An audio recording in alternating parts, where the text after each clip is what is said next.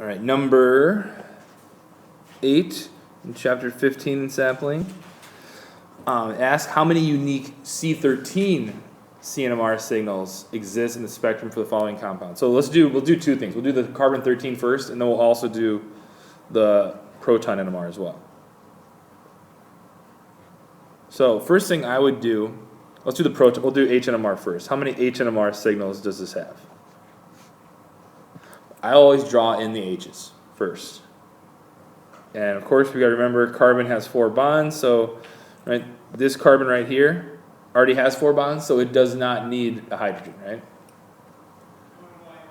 H, H, H, H.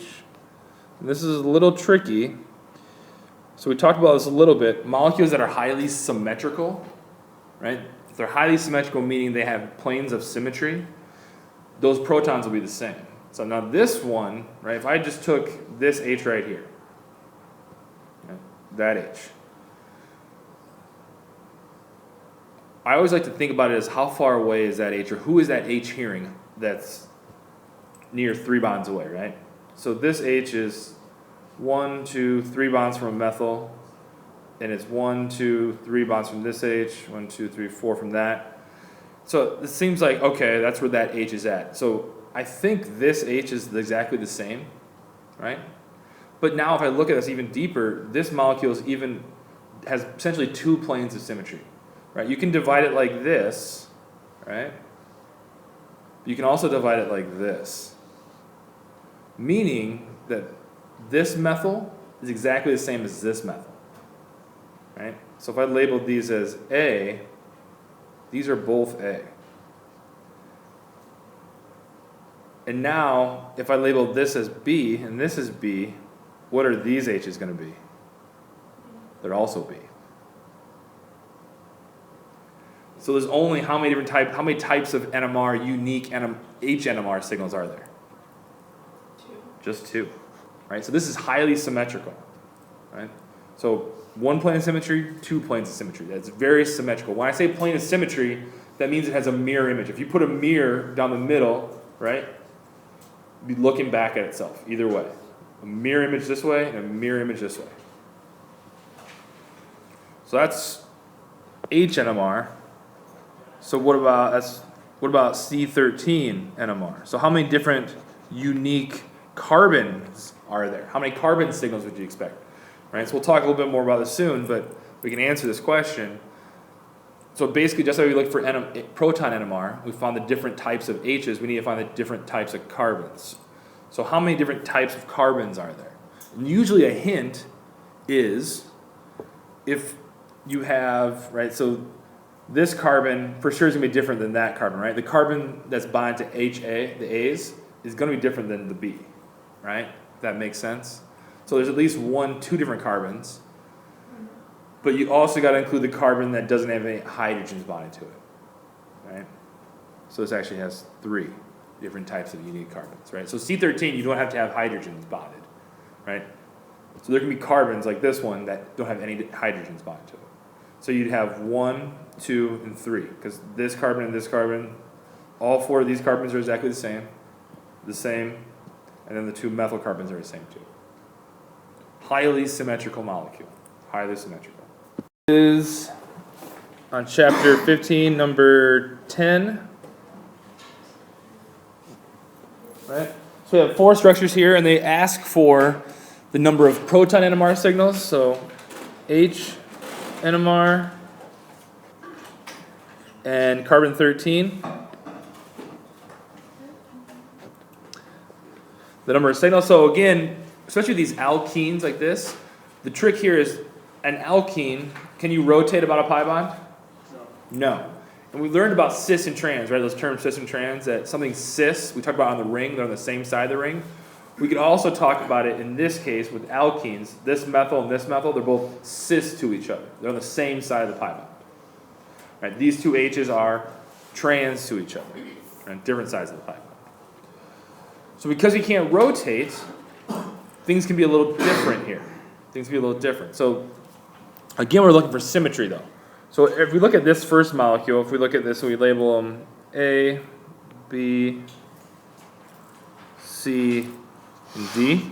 If you look at A, is there any symmetry there? Is there a mirror plane? I think if you go this way, there's a mirror plane, right? This is number 10 on 15. So mirror plane there. So in that case, this H and that H are actually the same. Because there's symmetry there, these are both HA. Because everything's the same, it's like a mirror, right? It's a mirror plane there.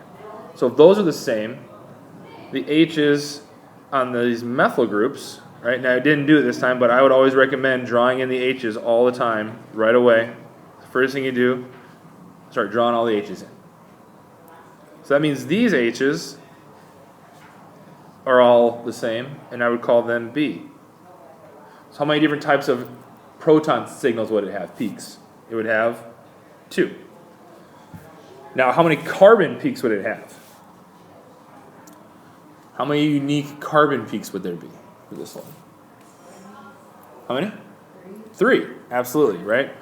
The carbon that's bonded to B, the carbon that's bonded to HA, and then the carbon that doesn't have any H's bonded to it. That's still a carbon, right?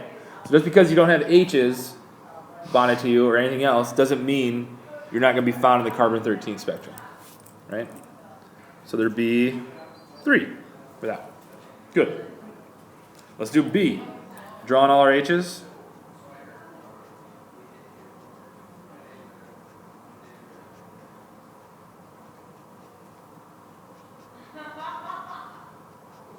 All right.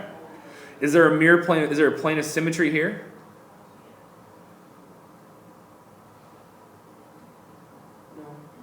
No.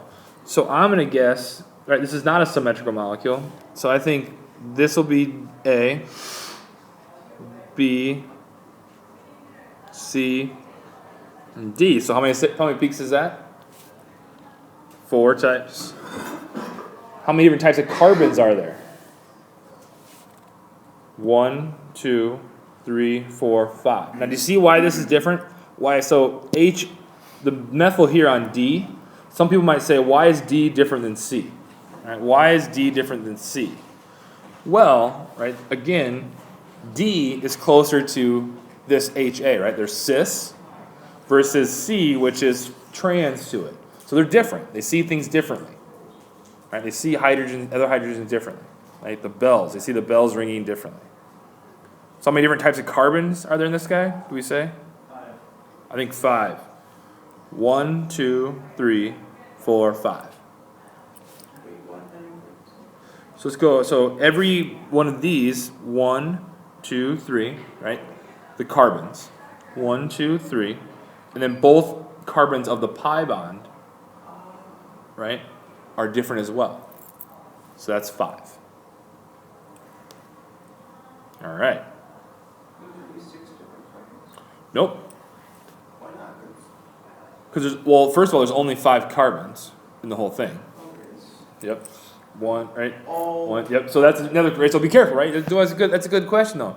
Don't overthink it, right? So sometimes, right, you can't have more unique carbons than carbons you have. All right. And something to start looking for when we put this all together. No, I just thought there was a metal. Yeah. Yep. Yep. Don't be. Yeah. Don't keep. Yep. Yeah. Oh yeah. Right. 4 bonds of carbon. And then what's going to be helpful later on, though, when you start getting all this into one big picture, right? If you see like only 3 carbon peaks and 2 different types of protons peaks, you should think this molecule is very symmetrical. Right? You start thinking like that. Right? So if a molecule is symmetrical, it's not going to, like this molecule, the first one we went over, right? It has a plane of symmetry, so it has less unique proton and carbon peaks because it's symmetrical in some way. Now, let's look at this one, C. So like if both numbers are low, it's probably more symmetrical? Absolutely. If both numbers are low, it's for sure more symmetrical.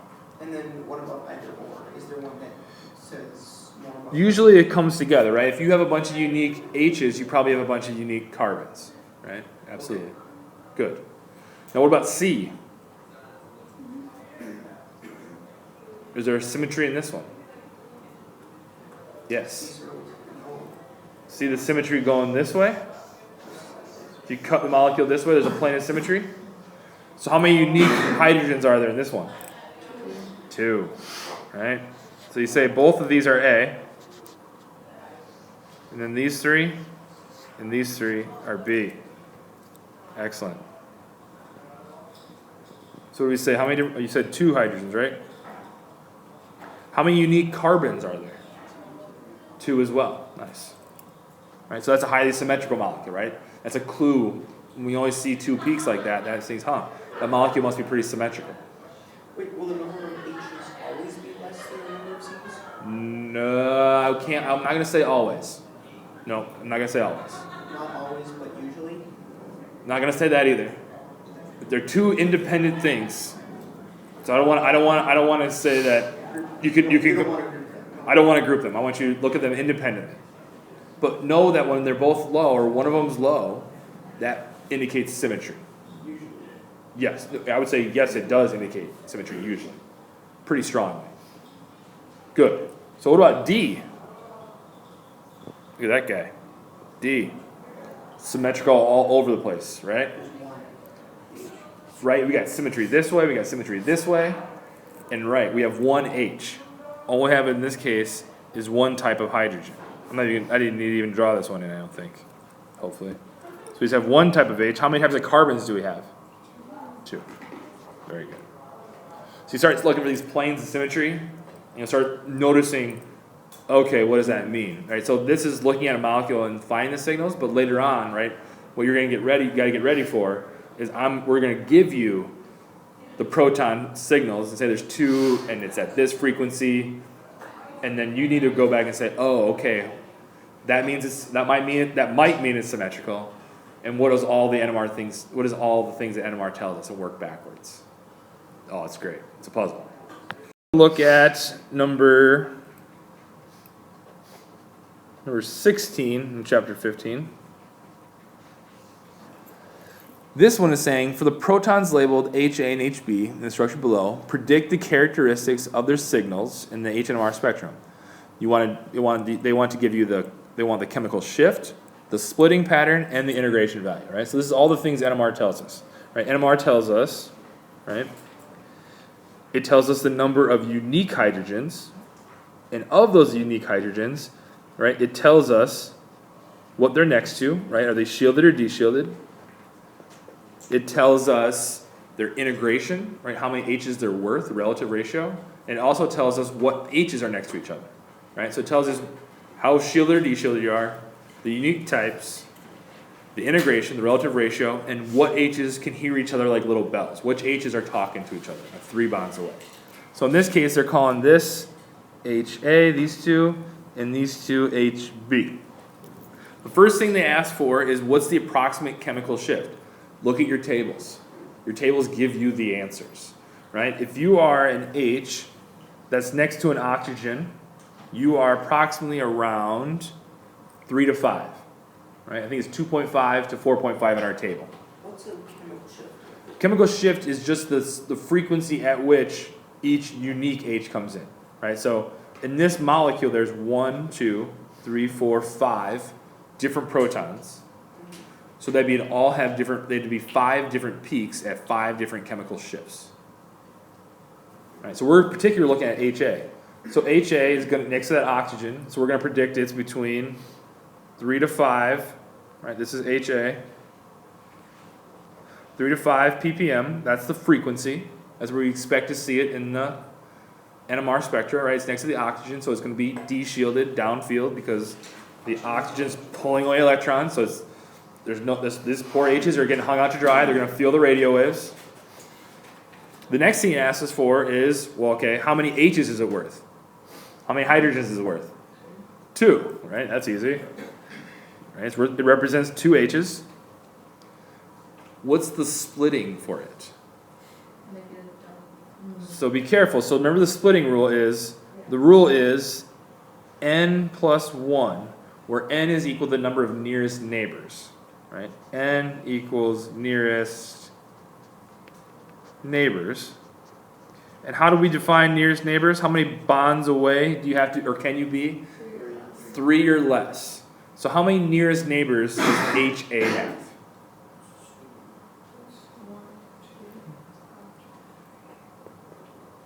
how many? It has 3, right? These 3 are 3 bonds away from this H. 1, 2, 3. So it has 3 nearest neighbors. So it's 3 plus 1. 3 plus 1 is 4. And 4, when something's split 4, we call that a quartet. So the HA, we predict it to be between 3 and 5 ppm. It represents 2 H's, so that's how big the peak should be. And it should be a quartet. So that you get a lot of information from this stuff. So let's do HB. Can you explain the integration value again? I'm sorry. So integration value is all it means is the area underneath the peak. So if this is a quartet and HB, so let's say this is HA. And we'll talk about the integration in a second, because it's all relative, right? You can't just say HA, the area underneath HA is relative to the area underneath HB. Right? It's a relative ratio. So let's do HB first, and then we'll come back to the size of HA.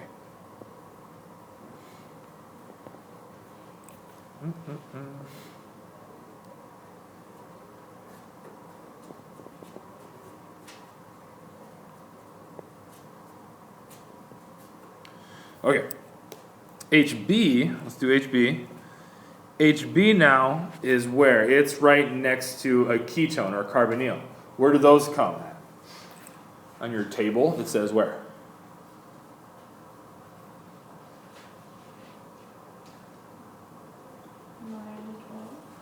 So be careful. You're looking at aldehyde. This is there's a carbon in between. So it's on the alpha carbon, right? This is carbonyl. So this is not an H there, it's a carbon. So it's 2 bonds away from the carbonyl. What's the frequency for that one? So it's not quite that de-shielded. Seeing it? The table? So for this one, on the table you'll be given, it's a range between 2.5 to 1.5, and more specifically it's around 2, but the range you'll be given is 2.5 to 1.5 ppm, but more specifically it's around 2.1. But it's obviously, you should know it's different than the other one, right? So it's more shielded. Okay, and it's worth how many H's? Worth 2 H's. How many nearest neighbors does it have? 2. Oops, I moved that. So it has 2 nearest neighbors. N plus 1 is going to be equal to what? 2 plus 1 equals 3. So it's going to be a triplet. It's a triplet. A triplet worth 2 hydrogens. So now let's go back to comparing HA and HB to each other. You guys shrink down, go away, whatever. So HA is a quartet. HB is going to be a triplet, 3 peaks. Now when we talk about integration, the area, you'll see this as like a integration curve underneath both of these, right? The distance from here to here, right? The area underneath these peaks, since they both represent 2 hydrogens, needs to be exactly the same. So they both have the same area underneath their peaks. Even though they're split differently, the area underneath here in total of both of these should be the same. Right? And that's what you should have found when you're analyzing your NMR data too. Hopefully. Nice. Number 16, or number 16 for somebody's chapter 15. Similar problem to our last one, just a different substrate here. Has a benzene ring. It's actually toluene. And it's asking us about HA here. Calling these HA. And calling this HB. Incidentally enough, how many different peaks should toluene have? How many H-NMR peaks would you predict for toluene? Looking at this, how many would you predict? Somebody had this as an unknown during lab, so that should be easier for some people. I would predict 1 for A. Is there a plane of symmetry? There is one plane of symmetry. How are you supposed to know that if the methal's not there? If the methyl wasn't there, it would be just one peak. Right? If it was just benzene, it'd just be one peak. Because it'd be all the same. Right? So having the methyl there makes it different, right? If I just had benzene, there's symmetry everywhere I go. So There's just one, right? There's literally 3 planes of symmetry. It's just one. the same thing with carbon then? So yeah, how many carbons would there be for benzene? Peaks? Just the one. C13 would just be one. But toluene, because once you put this substituent, right? Once you put something on the aromatic ring, now you still have a plane of symmetry, but things are a little different. So you'd have 1, 2, 3, 4. So you'd expect 4 proton signals. 4 proton peaks. Worth 3, 2, 2, and 1. Alright? So let's do the analysis. So where would HA be at? What frequency would we expect HA to be at? Look at your tables. So it's not, we consider this to be the benzylic position, not the allylic, but how far are we away from the pi bond here? We're 1, 2, 3 bonds from the pi bond. So what region, that's the allylic region. So what frequencies would we expect this at? 1.5 to 2.5 ppm. If it's on sapling and it just has like 1 or 2, what would you say? 2. 2 is higher. Yep, I would go with 2. What does benzylic and allylic? So allylic benzylic refers to where the hydrogens are in relationship to a pi bond. So these are 1, 2 bonds away from a pi bond. This is considered, this case is benzylic because it's a benzene ring. If it was just one alkene, it would be considered allylic. So when you're next to this pi bond, this many bonds away, that's how it's going to affect your frequency. So B is allylic? B is not allylic, it's on the benzene ring. It's actually an aromatic H, right? So this is actually on the aromatic ring. And that you have this kind of H, right? Now look at your table for H. Let's do HB's frequency. Where's HB's frequency at on your table? What should it be?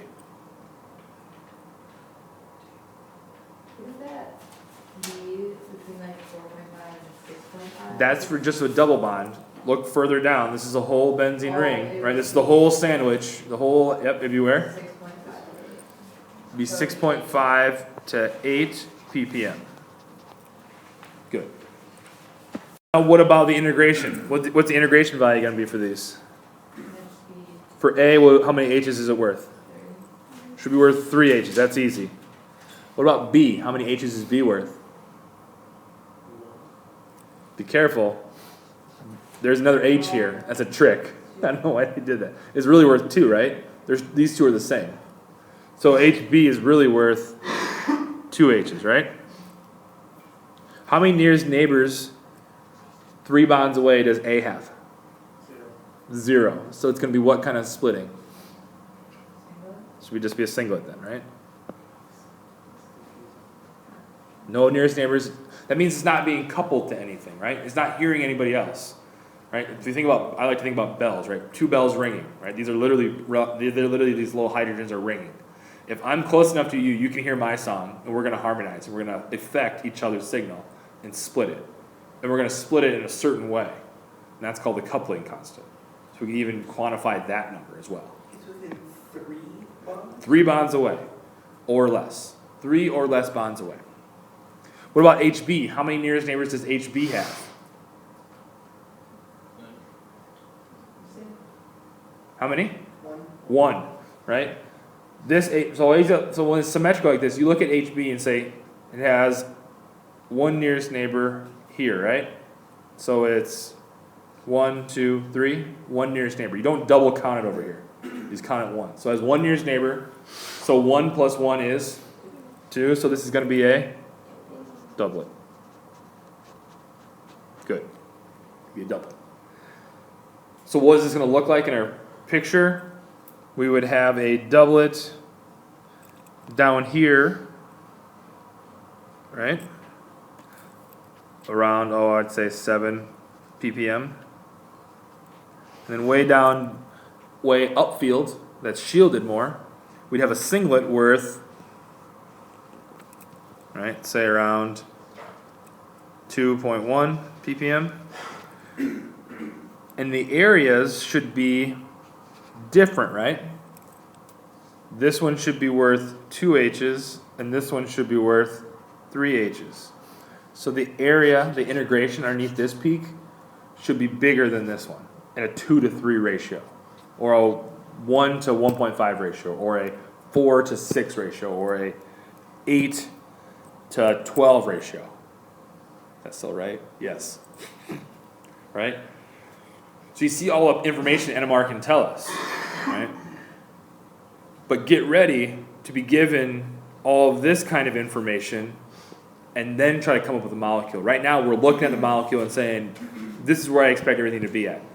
But eventually, we're just going to give you the peaks and the frequencies and the number of H's and the splitting and say, what molecule does that belong to? Can you try that now? We're not going to try it just yet, because there's one other thing I need to show you how to do before we can go that far. One other thing I need to show you still.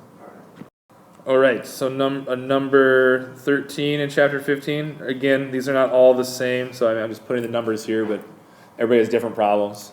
So for this one, they say, construct a simulated H-NMR spectrum for methylpropionate by dragging and dropping the appropriate splitting patterns into the boxes on the chemical shift baseline and by dragging integration values into the small box above each signal. Items may be used more than once. Peak heights do not represent integration. So this is kind of doing on our own. The molecule is ethyl propionate. So the first thing we need to figure out is how many different types of hydrogen, how many different types of proton peaks would we expect? So I always draw in the hydrogens first. Yep, hopefully we can start getting good at this. And we see there's 3 different types. That's A, that's B, and this is C. Right? So for A, how many H's is that worth? None. Zero. How many H's is HA worth? 3. Right? So it's worth 3 H's. How many nearest neighbors does it have? 2. So it's going to be split how? 2 plus 1 is 3, so it'd be a triplet. Where would we expect it to be at? What frequency? Look at your tables. What frequency would we expect it to be at? What's the range? For 3 H's. For where these 3 H's are at, what they're next to. What ppm will we expect it to be at? 0 to 1.5. Yep. All right. Good. Let's do it for B. Let's do it all first, and then we'll look at try to do the answer. How many protons is B worth? 2 H's. How many nearest neighbors does B have? 3. So 3 plus 1 is? So it's a quartet. Where would B be at? What ppm would that be at? We just looked this one up. What was it? Yep, 1.5 to 2.5 ppm, right? All right, let's do C. How many protons is C worth? 3 H's. How many nearest neighbors does it have? So what kind of splitting will it have? Singlet. Where would we expect that to be at? What frequency?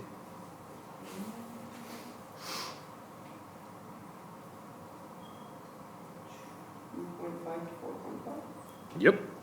2.5 to 4.5. So now I go look at this, an actual problem.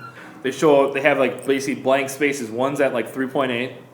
There's a blank space at like 2.4, and there's a blank space at 1.2. So you should be able to figure out what goes where. And then we just talk about how many H's are worth. And you pick out a triplet would have 3 peaks, a quartet would have 4, and a single would have 1. That's a nice problem to work on. Right? So you can imagine how this problem could be used, right? If I gave you all this information, right, and the IR spectrum, could you figure out working backwards what everything was? Start thinking like that.